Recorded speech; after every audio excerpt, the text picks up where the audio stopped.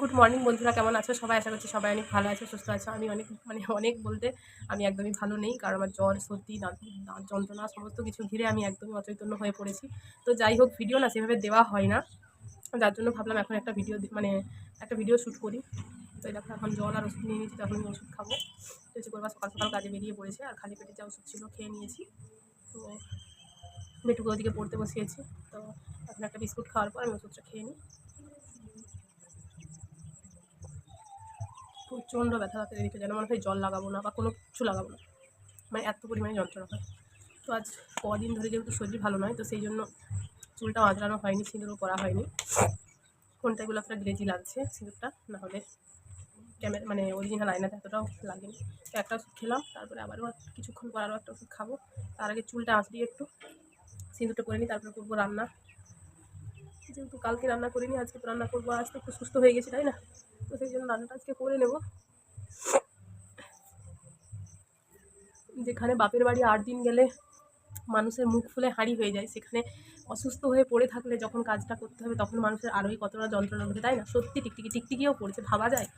বাইরের মানুষ এসে খবর নিয়ে যাচ্ছে, কিরে কেমন আছিস, মানে পাশের বাড়ি একটা যায়, সে মানে রুমে এসে খোঁজ নিয়ে যাচ্ছে যে পম্পা জ্বর কাটলো, ঠিক হলি? কিন্তু বাড়িতে যে মানুষ আছে না, একবার জিজ্ঞাসা করেনি যে কিরে কেমন আছিস। এটাকে বলে জয়েন্ট ফ্যামিলি। আমার জানা ছিল না, সত্যি কথা বলতে। আমি প্রতিটা পদে পদে টের পাচ্ছি এখন। আগে অতটা বুঝতাম না, আগে যেন খুব ভালোভাবে মানে হাসি খুশি থাকতাম আর কি, যাকে বলে। এখন বুঝতে পারি যে মানুষ কতটা হিংসুটে হতে পারে, কতটা মানে কি বলবো, যেগুলো আমার মধ্যে নেই না সেগুলো আসে না সত্যি বলতে আমার দ্বারাই, আমার মুখে। যেহেতু আমি অতটা কাউকে হিংসেও করতে পারি না, আর অতটা মুখ ফুলেও থাকতে পারি না। আমার যেটুকু শরীর খারাপ হয় সেটুকুই সত্যি কথা বলতে। আর যে আমি মুখ হাঁড়ি করে থাকা বা কাউকে দেখে জ্বলা, এটা কিন্তু আমার দ্বারা কখনোই হয় না সত্যি বলতে। আমার ভালো লাগে, কারোর ভালো হলে বরঞ্চ ভালো লাগে। কিন্তু আমার আশেপাশে কিছু মানুষ আছে যেগুলো নিজের, যেগুলো বাড়ির, তাদের মানে তারাও মানে বাড়ির লোককে দেখেই জ্বলে, ভাবা যায়। আমার সত্যি জানা ছিল না এগুলো, এখন বুঝতে পারছি যে হিংসা কাকে বলে।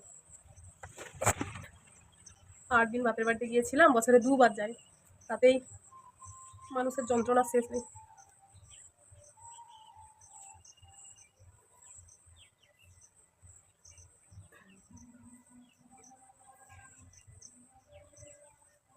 তো চলো চুলটা আঁচড়িয়ে নিই, সিঁদুর টিপটা পরে নিই। ভিডিওটা অনেকটা বড় হয়ে যাবে, এত বড় করবো না, ছোটো করে ভিডিওটা করব। যেহেতু এখন লং ভিডিও এডিট করার মতো আমার একদম মানে শরীরও সাই দেবে না, আর সত্যি কথা বলতে ভিডিও করতে ইচ্ছেও করে না। কিন্তু মাঝে মধ্যে ভাবি ভিডিও করব, যেহেতু ভিডিও নিয়ে এত কথা, এত সমালোচনা, এত কিছু শুনি, তাহলে ভিডিওটা কেন বাদ দেবো যদি কোনোদিন কিছু করতে পারি। কিন্তু সত্যি বলতে শরীরও সায় দেয় না, আর আশেপাশে এত কিছু শুনে না মনটাও ভেঙে যায়, কিছু করার থাকে না। তো বেটুরও কিন্তু শরীর ভালো ছিল না, ওরও ভালো লেগেছে, তো শরীরটা খারাপ ছিল।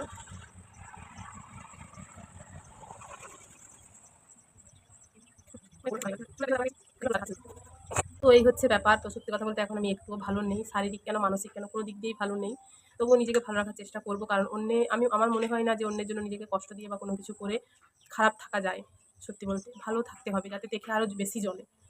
তো যাই হোক, শরীর ভালো হলে আবারও ভিডিও করব। যেহেতু এখন একদমই শর্টস দিতে পারছি না, কারণ একদমই শরীরটা ভালো নেই সত্যি বলতে। এই কন্টিনিউ শ্যাম্পু করে মানে 2 দিন ছাড়া যাকে বলে, যার জন্য মনে হয় আমার এত মানে সর্দি।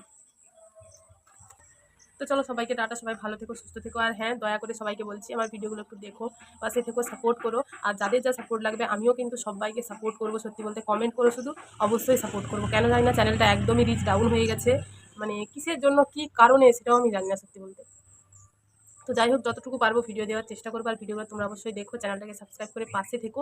যাদের যাদের সাপোর্ট লাগবে অবশ্যই বলো, আমিও সবাইকে সাপোর্ট করবো, সবাইকার পাশে থাকবো। তো চলো সবাইকে টাটা।